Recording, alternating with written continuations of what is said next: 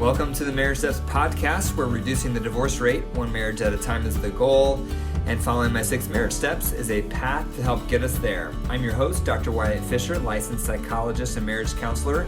If you enjoyed the episode today, please scroll down on your device and leave a review by clicking the stars. The more positive reviews I receive, the higher the podcast will appear in search results, so others can find it and receive tools for their marriage. Also, if you believe in this podcast and would like to help me reduce the divorce rate by keeping it on the air, please consider becoming a monthly supporter by going to patreon.com/marriage steps. That's patreon.com/marriage steps.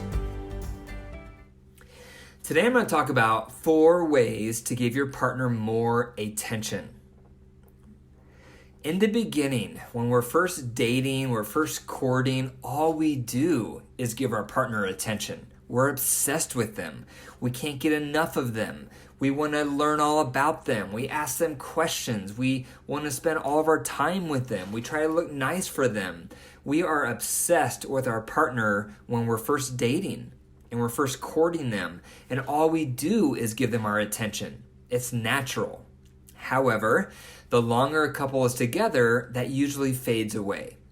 Because what happens with time is children, for most couples, careers, taking care of a home, and the shiny new object syndrome, which is you've accomplished your goal. You've conquered this person by marrying them and you've won them over.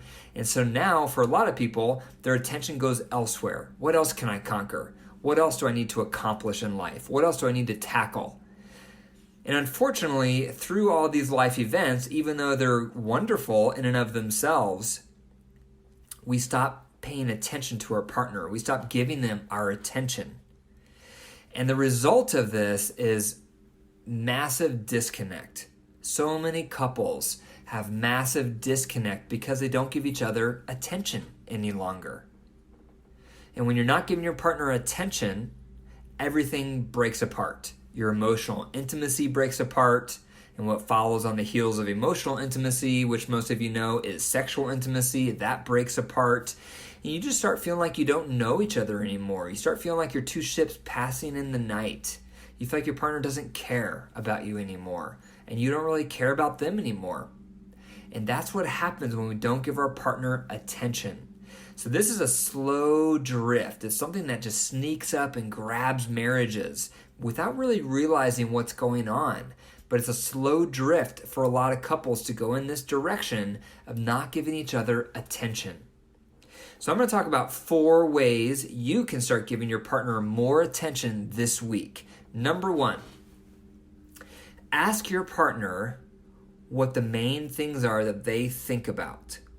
It could be things they're excited about, things they're nervous about, things they're upset about. Ask them, what do you think about most? What goes through your mind most often throughout the day? It's really interesting when you ask that question because what it tells you what's most important to your partner. It tells you what they're most mindful of, what they're tracking most in life.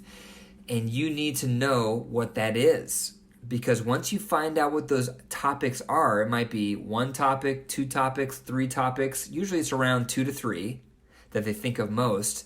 Then you need to make it a point to ask them about that topic every day. So for example, my wife leads a women's retreat and she loves doing this women's retreat. She does it several times a year and she's constantly thinking about it and how she can make it better and what she wants to do next time and how many people are registered. And she gets so excited, it dominates her thinking.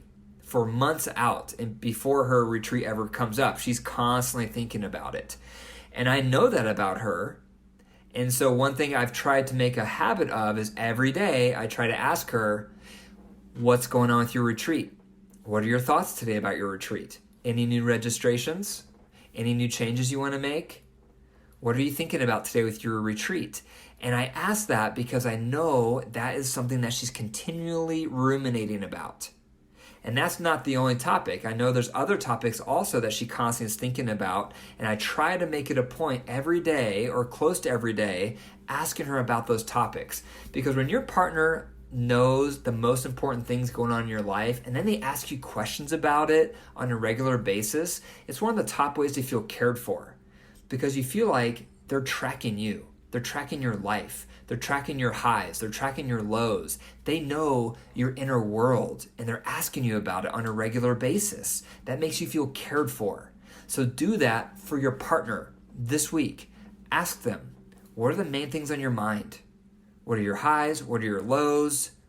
And then ask them about those things every day to show that you care. That's a great way to start giving your partner attention. Number 2, intentionally power down your technology every day for a specific period of time so that you can provide your partner your undivided attention. So many couples struggle with technology ruining their focus on each other. I just saw a couple recently, and in the room, there was the wife, there was the husband, and the husband could not stop checking his phone during our marriage counseling. And every time he would check it, the wife would look over and roll her eyes and get kind of disgusted and get upset. And underneath that irritation, most likely it was hurting her feelings, making her feel not important, making her feel that marriage counseling is even taking a back seat to what's going on his phone. And that is so common for couples. Usually one spouse is a little more addicted to their gadgets than the other one. But if you want to give your partner more attention this week, intentionally power off. Put your gadget away from you so you can't even hear the notifications. I read a study once that said every time we hear a notification, a little drop of dopamine gets released in our brain, and dopamine is an antidepressant. So it makes sense why we're so addicted to our phones, and we want to check that notification and see how many likes we got or see if we got a new email because it feels good in our brain. And that's why it's addictive, and that's why it's damaging marriages. So once a day, carve out some time. Maybe start with 15 minutes or maybe 30 minutes, or if you can do it, carve out even longer, like an hour or 2 hours, where you power off all your gadgets, all screens are off. And then you give your partner your undivided attention. A third idea to give your partner more attention is by your body language. So if you want to show your partner that you're giving them your attention, you wouldn't want to turn your back to them or even turn sideways to them or have your eyes looking at something else while you're trying to talk to them. To provide attention to your partner, you need to provide open body language to them. So that means you're facing them. That means most likely you're probably seated.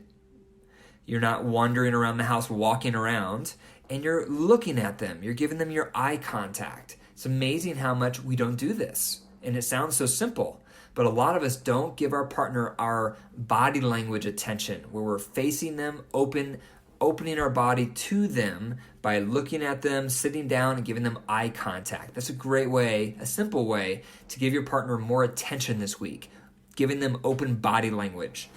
A fourth idea to give your partner more attention is to make plans together. When you're with them, when you're having this time together, make plans together. Hey, what should we do for our 2 dates this week? Hopefully, you've listened to my other episode on the importance of having 2 dates a week. If you haven't, make sure you look it up and listen to it. But make time, when you're having this time to give them attention, make plans together. Talk about, what should we do for our dates this week? What should we do this weekend as a family? When should our next vacation be? Make plans together. When you sit down and you're making plans together, that's a great way to give your partner attention, because it communicates to them, I love you, you're important to me, I want to spend time with you. And I'm going to prove it because I'm going to initiate conversation about how we can spend time together. So have those conversations by making plans together. So those are your 4 ways that this week you can start giving your partner more attention. Number 1, ask what's going on in their mind, what their highs and their lows are, then ask them questions about that every day. Number 2, power down all of your tech once a day to give them your undivided attention. Number 3, provide open body language. And number 4, make plans together. Thank you for listening to the Marriage Steps podcast. For more marriage resources, go to my website, drwyattfisher.com. That's drwyattfisher.com, and check out my Facebook page at facebook.com/Dr. Wyatt Fisher. Also, I am hosting a live podcast on Fridays from 4 to 5 Mountain Standard Time, where I take phone calls with any questions about marriage. So be sure to call me at 720-999-9538 Fridays from 4 to 5 Mountain Standard Time. That's 720-999-9538. And remember, your marriage is a living organism. If you care for it, it will thrive. And if you don't, it will die. The choice is up to you. Take care.